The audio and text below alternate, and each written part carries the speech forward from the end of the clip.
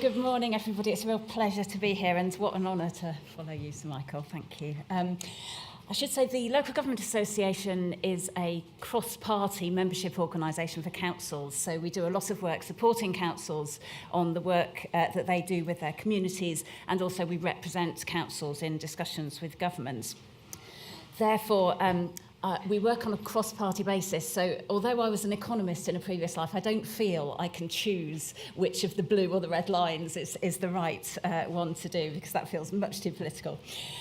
So, health in all policies.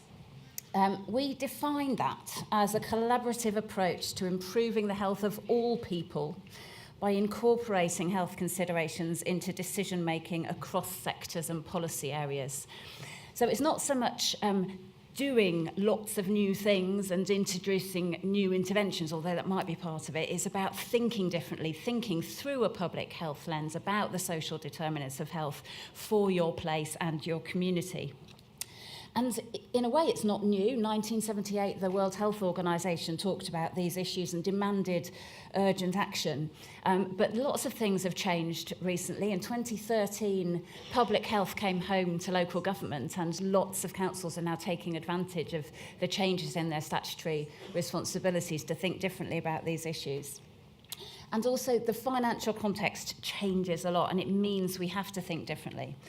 So, local government, you all know it. I hope you love it. We as a country, don't tend to love local government as much as the NHS, but we do try and raise the profile of local government and public services as part of our work. These are some of the things we do. The cuts to local government have been astronomical in recent years. It will be a reduction in core government funding of £16 billion between 2010 and 2020. So that requires everybody to think differently, and across the country, all councils are seeking to think differently about the services they provide and to think about how they're transforming.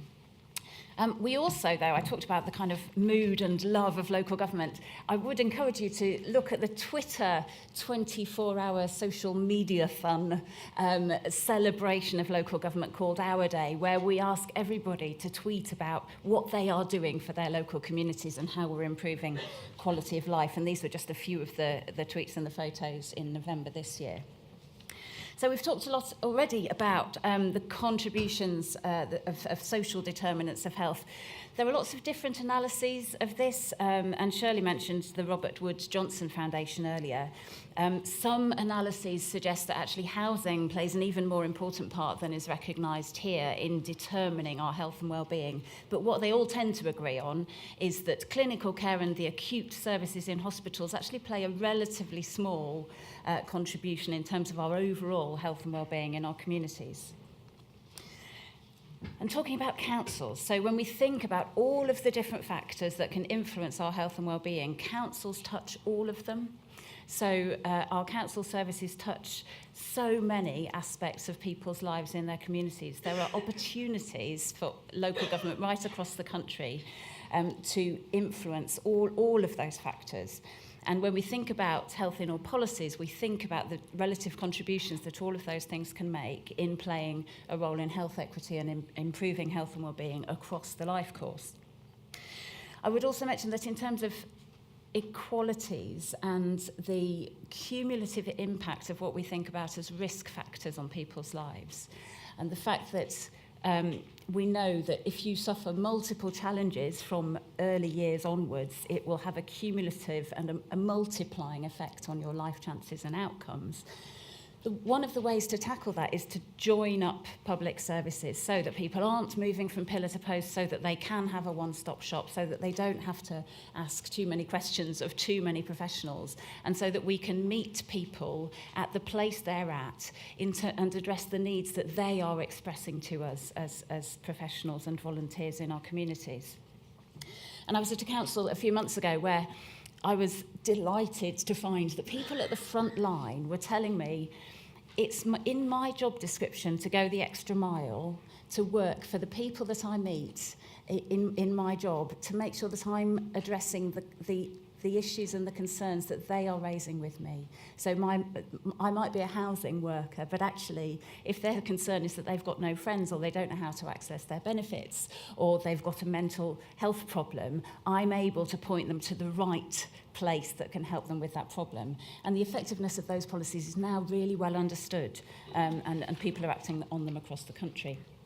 Loneliness is a great example of this. Suicide, and I think we touched on it earlier, is still the most common cause of death in England and Wales in men between 20 and 49. So we all have a role to play in helping to address that risk factor and that cause of poor health, poor mental health and well-being and death in our communities. There are lots of examples of health in all policies across the country. Many of you will be working on this in your areas already and have great stories to tell. I won't go through these. We have a lot of examples on our website, and I'll leave you with links at the end. And obviously, we're going to hear from Coventry shortly. But when we think about some of the factors that are really important in making health in all policies effective, we need to think about governance. And I wanted to point out particularly the role of health and wellbeing boards. So they are unique in the sense that they're the only statutory place in our local communities which bring together all of the clinical, political, professional and community leadership in our places. Now, they are flexible, they can be run differently, and many areas are thinking about how to join them up with neighbouring health and wellbeing boards, how to think about linking with providers in their communities and thinking about doing things differently. But they are a place where it is appropriate through the joint strategic needs assessments and the health and wellbeing strategies locally to think about health in all policies and to bring that perspective. And over time we have learnt a lot about what works. This list of difficulties actually comes from the World Health Organization, but no doubt many of you will recognise these in your work and things that make it difficult to move forward. And one of the things that we might take away from today is that sense of enthusiasm, because some of these things can be overcome through really strong leadership and passion and enthusiasm and telling the stories about how we can make so much of a better difference for our communities. And I hope you'll come away with some of that today. But what makes a difference? We know, and this is in our manual for health in all policies, which I'll leave you with a link with at the end.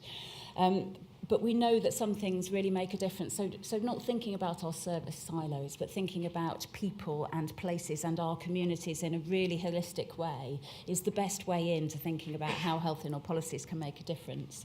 Committed leadership, and that's political leadership and managerial and the scientific and health leadership, needs to point together and pull in the same direction.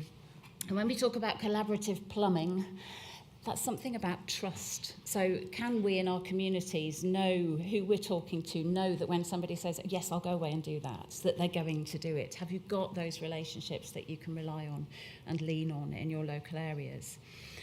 And in terms of geography and governance, many areas now are thinking on a wider footprint in terms of sustainability and transformation plans, but there's also a role for tiny community initiatives and joining all those up at different spatial areas and thinking about making sure that we're clear who can make decisions on whose behalf and how we make those things work in practice. And crucial to all of this is the engagement with the community and making it meaningful.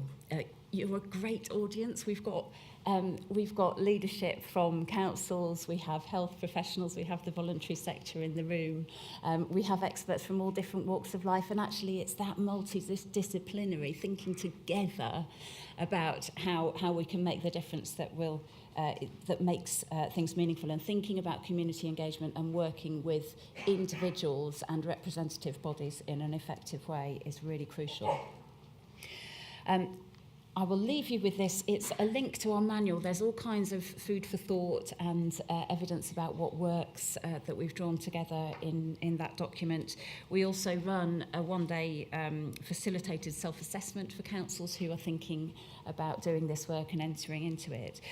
I'd just leave you with a question about evidence. So in today's world, we need to think really clearly about how we justify what we're spending money on and everything we're doing.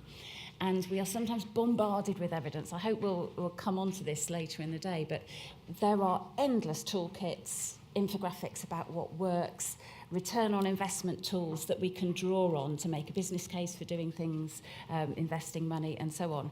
But it can be quite baffling. And I spend a lot of my time trying to work with Public Health England and others so that we can try and ensure that the evidence available is as synthesised as possible, so that when you're looking at all the options locally, you can draw on it easily. It's still really hard.